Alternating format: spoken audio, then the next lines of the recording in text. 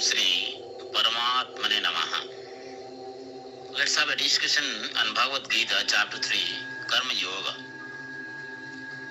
That fool who outwardly controlling the organs of action keeps dwelling on sense objects with the mind is called a hypocrite. It's not enough if we keep the senses under control, allowing the mind to wander it. Psychic control is more important than the sense control. But the mind and the body must be under control. It is hypocrisy to maintain physical beauty without keeping the mind also pure. While religion option between the psychic and the senses, it is better we give priority to the mind and keep it under restraint. So, mind management is the most important thing so far as a human behavior is concerned. Prajapati, creating of your being who coexist with sacrifice it, by this you multiply. Let this yield you covetable objects of religion. Animals and plants are also being deserving to be kindly treated. They live and serve humanity directly or indirectly. The flora and the fauna are important to maintain the ecological balance. The more we foster them, the better we deserve from them. Preserve nature and it nourishes you well. Yajna it is. When you look after all, including the job, animals and plants, the alone lives you live for others. The rest are more dead than alive. Noble souls see divinity in all, therefore they serve all. Being entertained by the sacrifices of gods will surely bestow on you the desired enjoyments. You enjoy what is given by them without offering it to them is indeed a thief. Beings are born from food. Food is produced from rain. Rain comes from sacrifice, and a sacrifice results from action. Give with faith. Give not without faith. Give in plenty. Give with humility. Give in fear of God. Give with sympathy. We very often suffer for want of rain. Scientifically, there are many reasons for less of little rain. The chief reason is that the yoga and the spirit of yajna are on the decline.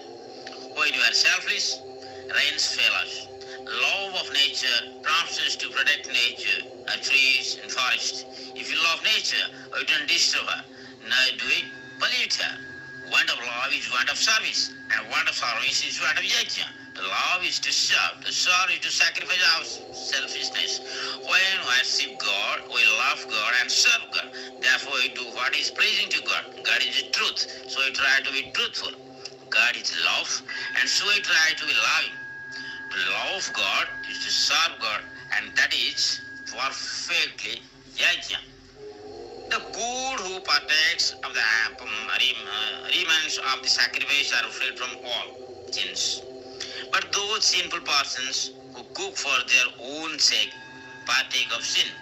When food is separately offered to devas, rishis, vitras, relatives, and the brute creations, as also to oneself and one's relatives, they should all be viewed as manifestations of the divine.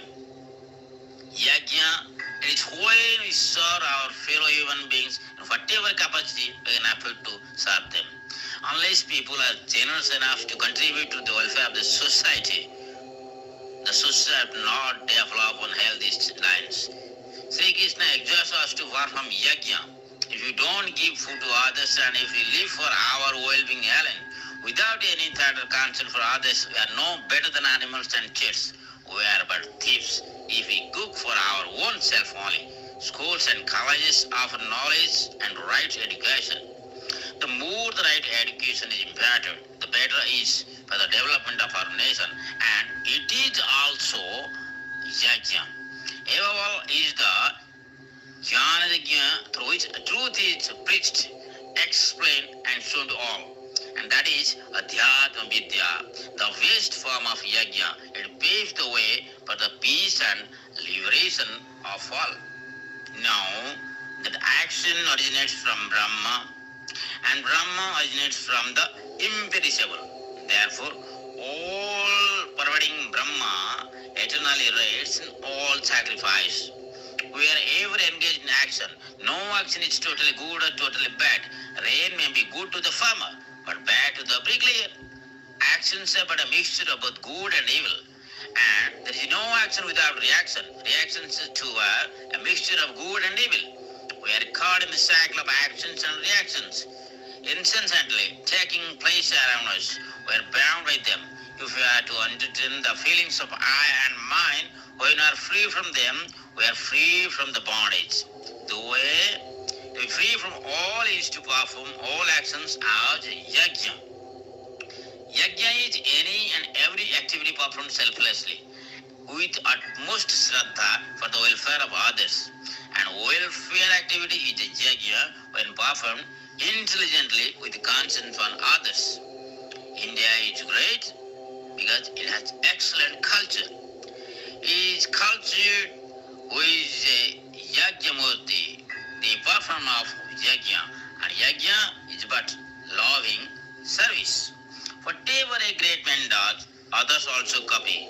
That which he accepts as authority, people only follow. If the elders are to push to petty madness and prejudices, the same will percolate into the people and superstitions, fantasism, violence, and cutthroat competition leading to deceit and quarrels, separatism, segregation, sectarianism, and selfishness.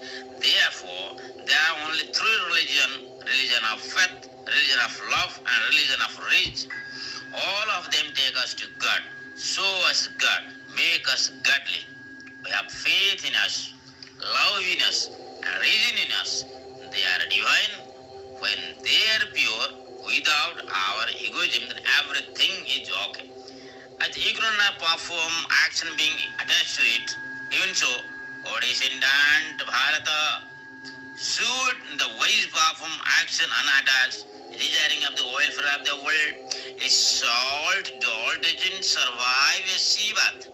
Similarly, a realized soul cannot remain separate from the luminous self for God, but a rare few try to refrain from their absorption in infinity to let to the people know of the rich treasure, which is the goal of all spiritual shraddha. Saints and sages climb up the ladder of spirituality from the well of the worldliness, and the top, when they find the effulgence of spiritual sublimity, they merge with it. That which integrates is dharma. The wise said, through dharma, people in a society are held together. This is desire, this is anger, born of the constituent of rajas, of inordinate appetite for the most sinful, knowing to be an enemy here. Desire is most dreadful. It is like fire burning from within. The more you try to appease it with fuel or oil, the more it rises in flames. The tongues of fire are ever thirsty. Desires can never be satisfied. They will always get multiplied and demand appeasement again and again. The best way to overcome desire is not appeasement but deliberate detachment. Desire is never satisfied by the enjoyment of all its objects. Like fire fed with ghee, it only flames up all the more. So,